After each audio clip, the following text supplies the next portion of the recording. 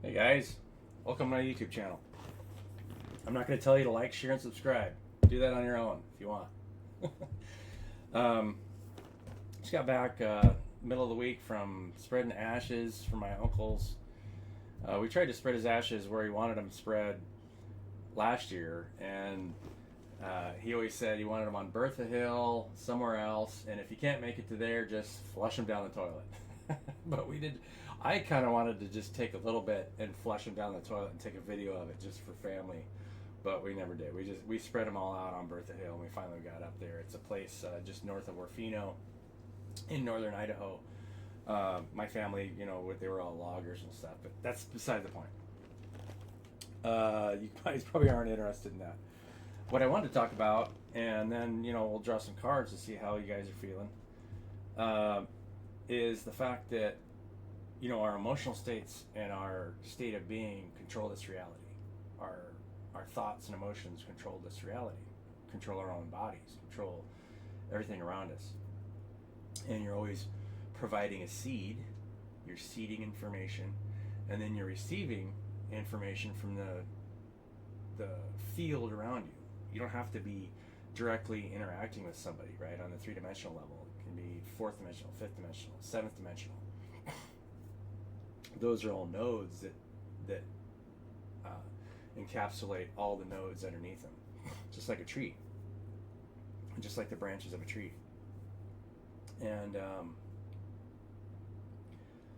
we see a breakdown in the general economic state because everybody's selling something, right? If everybody's selling something, then eventually it goes into gridlock. And Spirit has guided me for a long time just to try and, from a spiritual sense, there's no way that you can all sell something to one another and have it continue to, nothing gets created, right? Especially as an individual. What we create together gets less and less. And we're pulling out of that old creative model because it's dysfunctional. Nobody wants to be treated less than somebody else, especially when you're creating something new. How does that make sense, right? How could you create something new as with someone else if they're going to be elevated and you're going to be treated like something else? How can you weigh someone's time separately? Because we're all learning. We're all learning about ourselves and learning about something else. So the old creation model is breaking down and less is being created, but at the same time, there's a gridlock when it comes to what we're able to sell, right? Because people are trying to take care of themselves, but then if you're trying to sell something to an audience that can't afford it, A, or B, is in a place where it's just like overdrive, right? It's like too much information, and it's parasitic, right? Because you have to try to manipulate the emotional state of somebody else to make them feel like they need what you got to offer. Advertising is great, like this channel. I'm just advertising, or just call it influencer, right? I'm seeding information. But if I'm trying to sell you some state of being, or try to say, hey, look, I can help you achieve some kind of state of being, you're the one that can do that, right? You guys can achieve any state of being that you want. Independent of me. So, it is what it is. Let's see what the cards have to say. Had a really weird week, So we got Justice and Four of Cups. Four of Cups was upside down when I into this. So maybe we're deciding to move in a direction instead of getting out of the Four of Cups energy and not being bored anymore. Being bored with the outcome. See what the opportunity can present itself. And then you've got groups of people who will intentionally try to lower your energetic state because whatever you're doing is bringing potential conflict within the system, right? Nobody wants. The powers that be know, and this is something that I'd like you guys to think about, if everybody started working together in equality and started treating each other differently, all those old power systems would immediately erode and go away. Like that. You have to believe in your ability, what you're worth. But then if you believe that you're worth something, you can't tell someone else that they're not worth what you're worth, right? The nature of who we are is exactly the same. And so if we don't have the ability to heal somebody to the same state that we are in, then we're not in that state. We're not in the state that we need to be in order to actually work together and, create together, receive together. Because that's all you're doing. Getting rid of all that parasitic energy of the mind that thinks negatively about somebody else because of the old trauma systems that they grew up in, right? All you're doing is just keeping those people unconsciously, and all of us at some level are unconsciously moving that momentum in the same direction.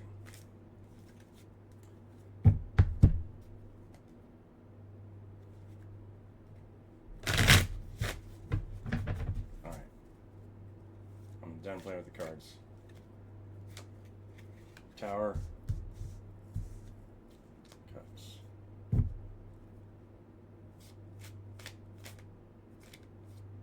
The situation's the Tower.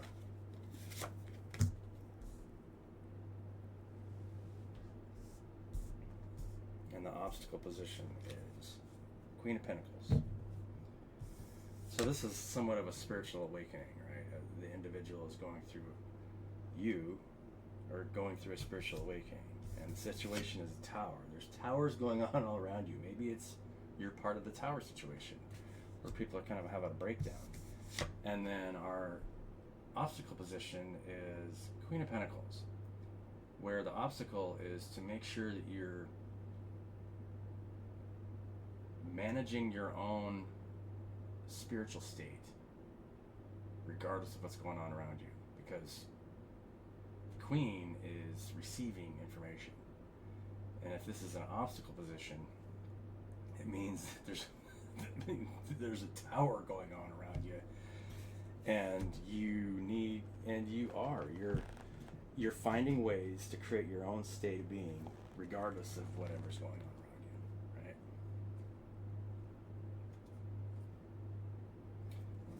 Cards upside down. I don't know. So let's talk about this a little bit, right? How do you, and this is something that I had kind of an awakening of last weekend. How do you manage that? For one thing, if your understanding gets to the point where you understand that people are blind and that people parasitically try to feed off of one another unconsciously, then how can you blame someone for being blind, right? We grew up in a world that functioned a certain way that was parasitic, and Western capitalism has all been about, I think I shared this before. I was playing Grounded 2 with my son, and you can have buggies now. You can ride ants and you can ride spiders. It's pretty interesting. And the writers of that game, as soon as you jump on, like half the time when you jump on your ant buggy, your character says, "Riding you is an excellent metaphor for capitalism." And that's true, right? I mean, people talk about capitalism, but they don't really talk about the fact that it's built on the idea that you start a business and then pay people to work for you to enrich yourself and make them slaves to your own lifestyle. How is that healthy in any way for a healthy community or society? Right? Why was that ever? Why did anybody ever agree to that? It's like our schools are indoctrination camps, right? They indoctrinate you into, you need to learn this so you can get a job.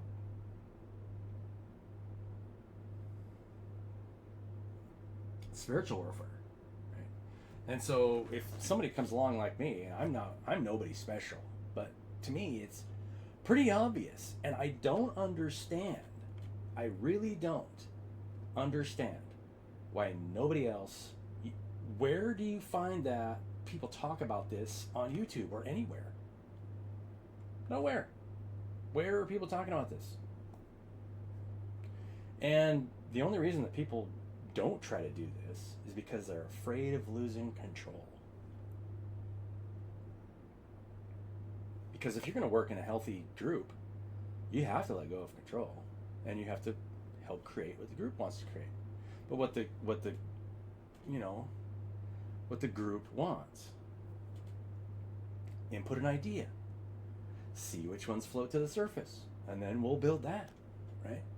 And if it doesn't work out, we'll learn from the process and build something new. But the main point is to treat each other the same, because we're all learning from the experience, and we're all learning from the same level. And then people who need to get elevated into certain positions will naturally get elevated by their peers, instead of being elevated because they got more money. Right? Or they, did this and this. It's just, to me, it's just, I don't know, man. I don't know what you guys think, but there's a lot of towers going on in a lot of different areas, because people aren't able to feed off of each other like they want to, especially if you've mastered that state where you love regardless of how somebody maybe is thinking negatively or not thinking negatively about you. Master your own state of being. Your own state of being has nothing to do with somebody else. And I've never understood why even spiritualists, supposed spiritualists, or so be careful what you're watching, especially on YouTube, or what readers you're listening to, because there's a lot of readers out there that'll try to say that you're a victim. Somebody hurt you, right? Somebody's out there trying to hurt you, right? And there will be people out there that try to hurt you, but only you can hurt you. And the experience is what is how you master yourself, right? So I don't think I have too much else to say on that topic. I am going to start classes here not too long, and what I'll do is I'll probably just record them and throw them on my this YouTube channel about who we are. That's the main thing that we all need to know, the nature of who we are, instead of what we might think about ourselves. What we think about ourselves and who we actually are, usually two totally different things, right? The statement, heaven and earth shall pass away, but I am that I am, is actually a statement of the statement of reality. People think, oh, that's a spiritual thing. It's like, no. It's actually describing exactly the state of reality, because everything's coming from source, but everything that gets created is constantly dying and being renewed over and over and over and over.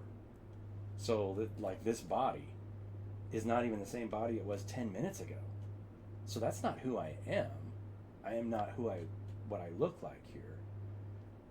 The source of what I am is the same thing that everything else is, even if it looks inert.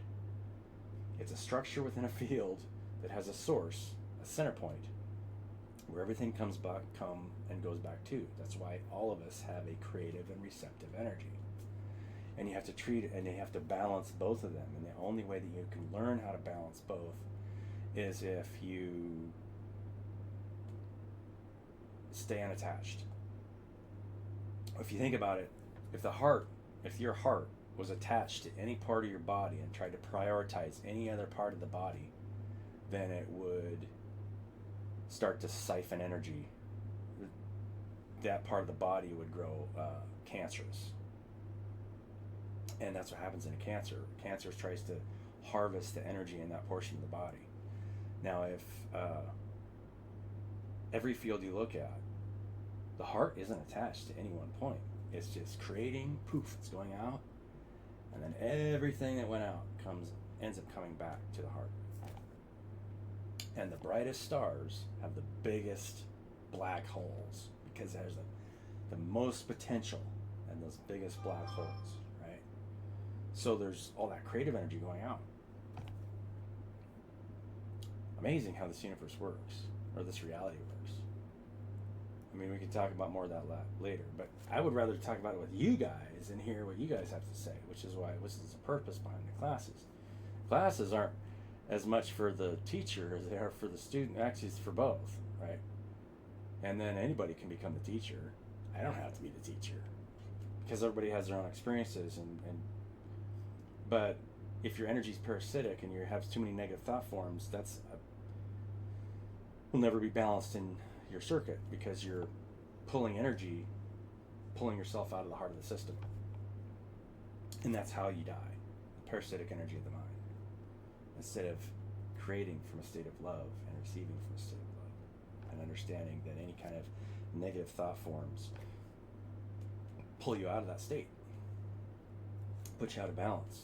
That's why you get sick and stressed, stuff like that. Let's get one more card before we go. I've been blabbing on for too long. Six of Cups in reverse. So you're letting go of the past, right? These are fond memories of the past that maybe somebody is ignoring. Maybe there's something that we need to think about in the past that we're ignoring, right?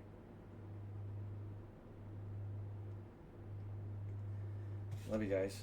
Maybe that goes for me too. Love you guys. Have a great day, and we'll catch you on the next one.